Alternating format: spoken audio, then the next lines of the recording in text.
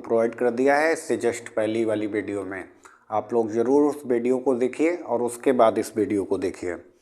तो आज की इस वीडियो में हम लोग लर्न करेंगे लेड एसिड सेल में होने वाले दोष, लेड एसिड सेल की दक्षता और उसके यूटिलाइजेशन के बारे में। ठीक है, तो चलिए शुरू करते हैं आज की ये वीडियो। लगातार मैं आप लोगों तक वीडियो पहुंचा रहा हूं, आप लोग इसे लाइक और शेयर मस्ट करिए।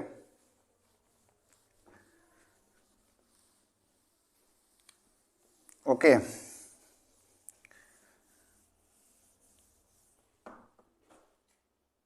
चलिए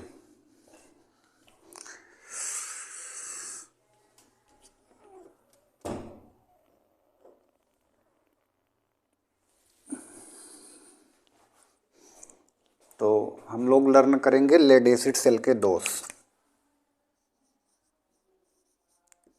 लेड एसिड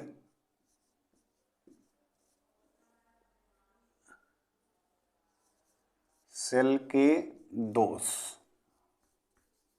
ठीक, जरा सा इसको चेक कर लेते हैं। ओके, ठीक है। तो लेड एसिड सेल के दोष, इसके बारे में हम पढ़ेंगे। तो आपको मालूम है लेड एसिड सेल में कितने प्रकार के दोष होते हैं? 4 प्रकार के। पहला दोष है सेडिमेंटेशन।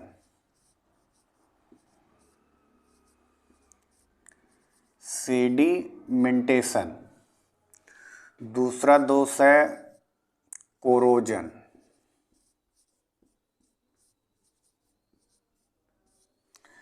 तीसरा दोष है बकलिंग।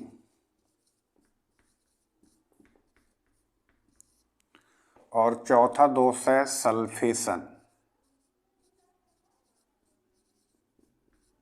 ओके, तो ये लेड एसिड सेल में ये 4 दोष होते हैं। तो चलिए सबसे पहले जानते हैं सेडिमेंटेशन के बारे में। किसके बारे में जानते हैं? सेडिमेंटेशन के बारे में। तो हमने आपको बताया था कि लेड एसिड सेल में नीचे तली पर हम रेस्ट बनाते हैं, गुटके बनाते हैं। नहीं देखा है तो पिछली वीडियो देख के आइए और पूरा एंजॉय के साथ पढ़िए। बिल्कुल एकदम लाजवाब तरीके से मैं आपको बता रहा हूँ, आपके माइंड में बिल्कुल सारे क्वेश्चन सेट हो जाएंगे।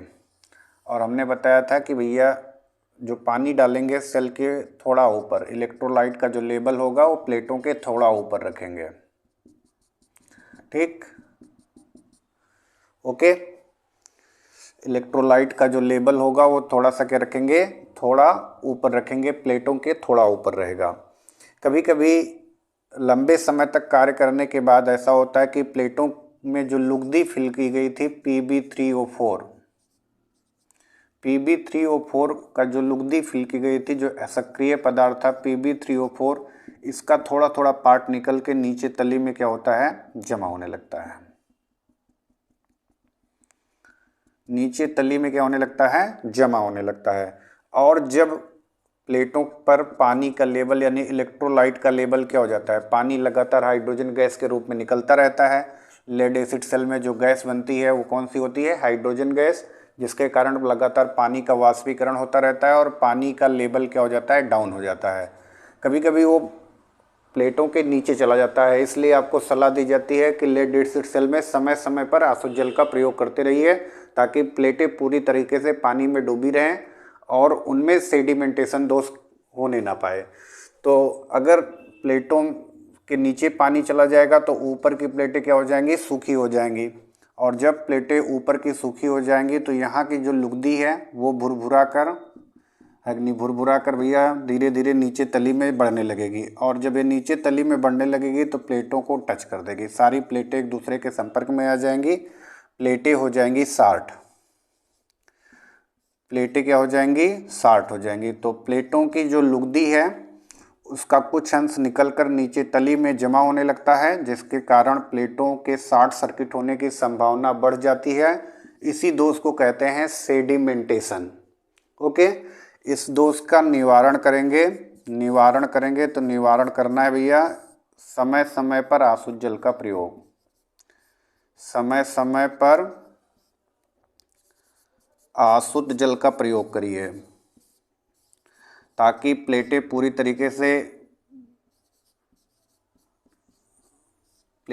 तरीके से जल में इलेक्ट्रोलाइट में डूबी रहें और उनका सेडिमेंटेशन, उनका क्षरण ना हो, उनमें लुगदी नीचे जाके तली में ना जमा हो और जो है सेडिमेंटेशन दोष ना होने पाए।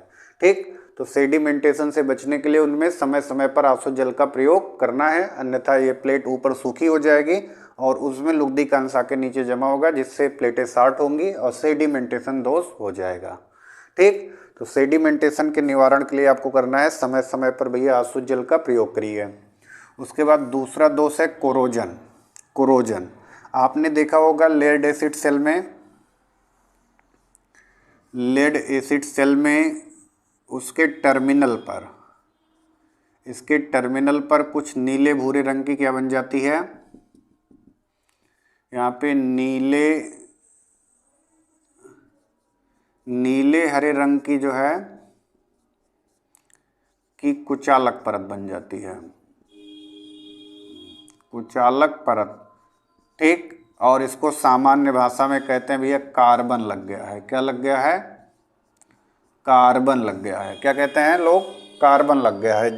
ठीक, तो यहाँ पर जब नीले भूरे रंग की एक कुचालक परत बन जाती है, ठीक, ये परत होती है लेड सल्फेट की। किसकी होती है? लेड सल्फेट की परत होती है। और जब ये परत बन जाती है तो फिर धारा का प्रवाह क्या हो जाता है? बाधित हो जाता है। धारा, कार्बन लग जाने के कारण धारा का जो आवागमन होता है वो बाधित हो जाता है।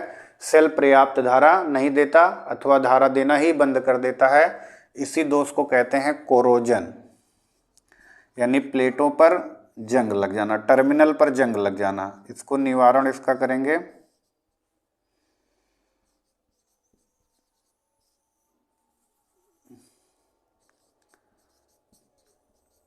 टर्मिनल को गर्म पानी से धोकर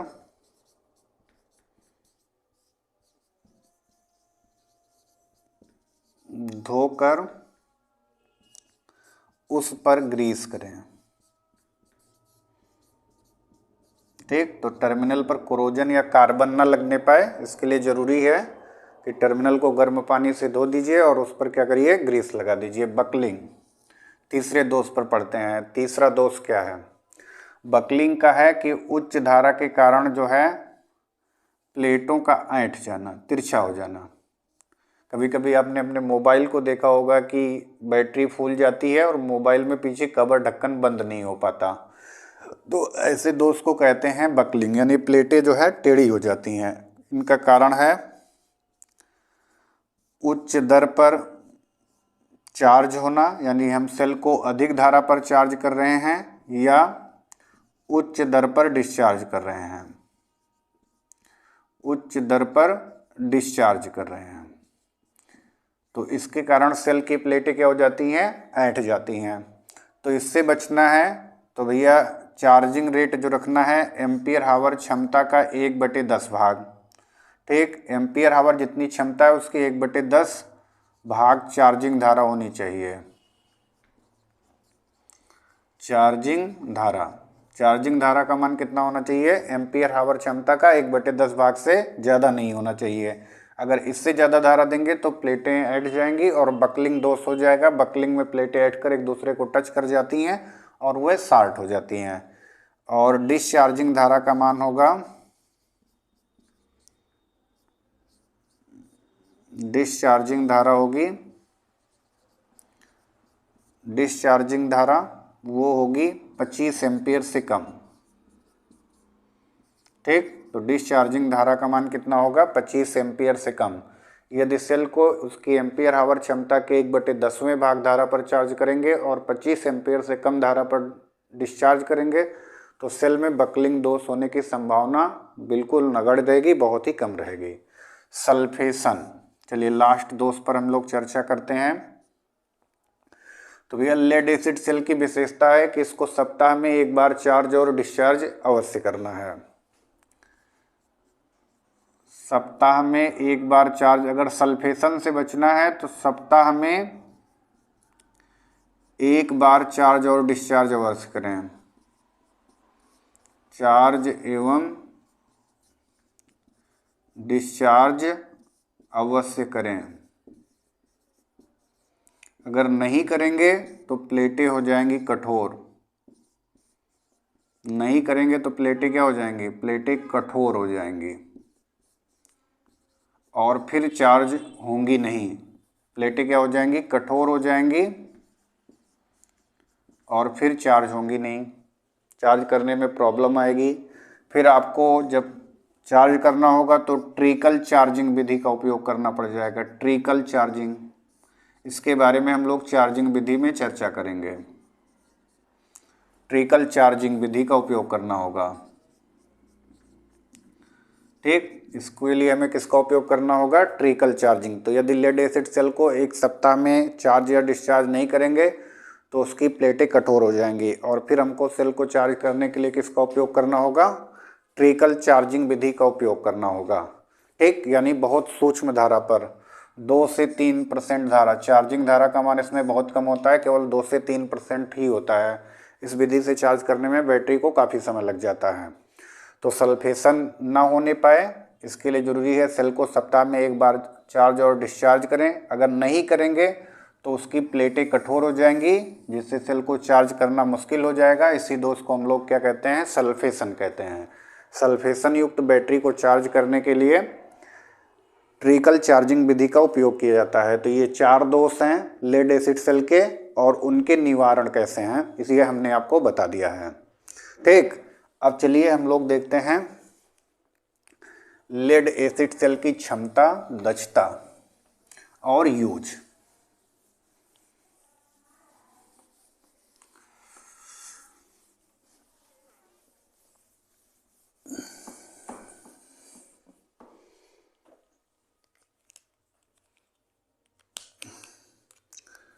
तो क्षमता,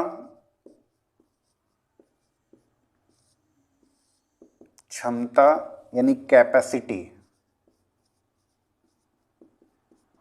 कैपेसिटी क्षमता को किस में व्यक्त किया जाता है, बैटरी की क्षमता को या सेल की क्षमता को व्यक्त किया जाता है। बैटरी की जो क्षमता या कैपेसिटी होती है आप सभी को मालूम है AH में व्यक्त की जाती है। अगर बड़ी बैटरी है AH और छोटी बैटरी है तो mAh, ठीक, mAh। इसको सिंपल में mAh कहते हैं। जैसे आप मोबाइल की बैटरी खरीदते हैं तो देखते हैं 5500 mAh की है, ठीक। मिली एम्पियर हावर 6000 mAh की है। ये कॉमन चीज़, जब मोबाइल खरीदते हैं तो उसकी बैटरी जरूर रेंज देखते हैं कि मोबाइल की क्षमता कितनी है। जितनी ज़्यादा mAh की होगी उतनी ज़्यादा उसकी अग्नि काम करने की क्षमता होगी, उतनी ज़्यादा देर तक चलेगी आपकी बैटरी, ठीक। AH माने एम्पियर हावर, A माने एम्पियर और EH माने आवर या हावर, एम्पियर हावर, ठीक। यानी कोई बैटरी कितने एम्पियर की धारा कितने घंटे तक दे सकती है। जैसे 150 AH यानी 150 एम्पियर हावर। तो इसका मतलब है कि बैटरी जो है वो 15 एम्पियर की धारा 10 घंटे तक दे सकती है, ठीक। 10 एम्पियर की धारा 15 घंटे तक दे सकती है। कोई भी घटक हो सकता है लेकिन इस घटक को छोड़कर 150 एम्पियर की धारा 1 घंटे तक, यानी फुल धारा आप उससे नहीं ले सकते। यही नहीं सही हो सकता। 150 AH की है तो 150 एम्पियर ले लीजिए, ऐसा पॉसिबल नहीं है। बाकी आप उसमें कोई भी छोटे मान की धारा आप उस टाइम तक उसके मल्टीप्लाई तक जितना वो AH में आ जाएगी उतनी धारा ले सकते हैं। तो बैटरी की क्षमता को किस में व्यक्त किया जाता है, AH में व्यक्त किया जाता है।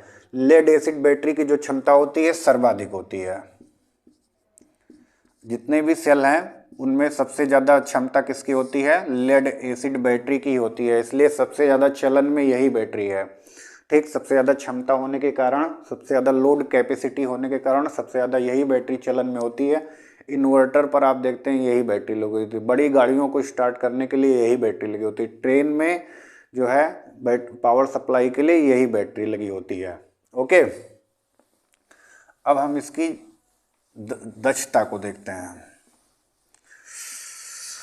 बैटरी की दक्षता,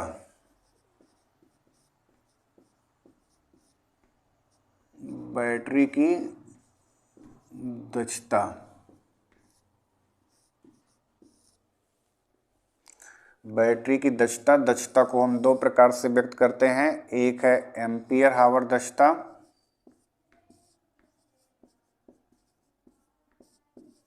एम्पियर आवर दक्षता। आवर इसको लिखते हैं EHOUR, पढ़ते हैं आवर, ठीक। तो एम्पियर हावर दक्षता, इफिशियंसी,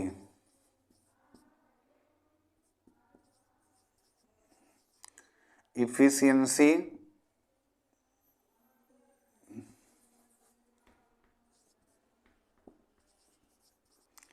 इफिशियंसी और दूसरा है वाट हावर, वाट हावर इफिशियंसी, वाट हावर दक्षता। दक्षता कितने प्रकार की होती है? दो प्रकार की, वाट हावर दक्षता और एम्पियर हावर दक्षता। तो एम्पियर हावर दक्षता ईटा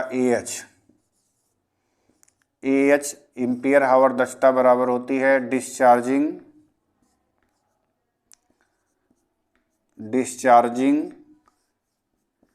एम्पियर हावर बटे चार्जिंग एम्पियर हावर इंटू 100। वाट हावर दक्षता होती है ईटा WH, वाट हावर दक्षता परसेंट में डिस्चार्जिंग वाट हावर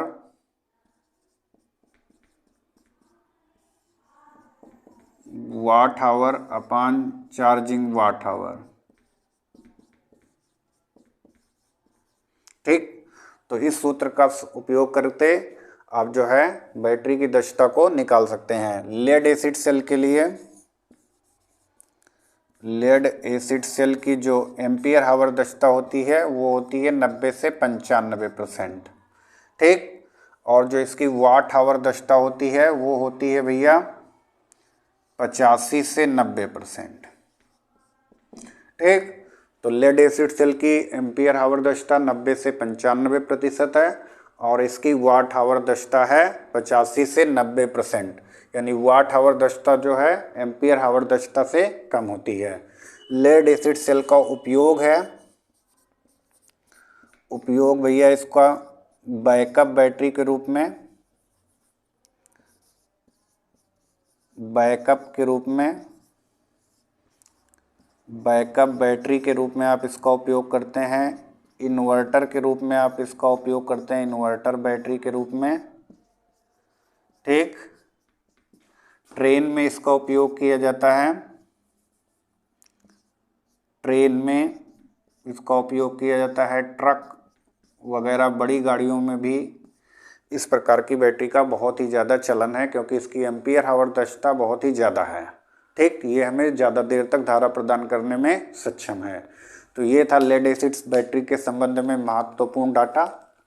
अब हम लोग निकिल आयरन सेल के बारे में डिस्कस करेंगे और उसके बारे में संपूर्ण जानकारी प्राप्त करेंगे अगली वीडियो में। तो आज की ये वीडियो अच्छी लगी हो तो लाइक बटन ज़रूर दबा दीजिए और साथ ही चैनल को सब्सक्राइब भी कर लीजिए भैया। जय हिंद।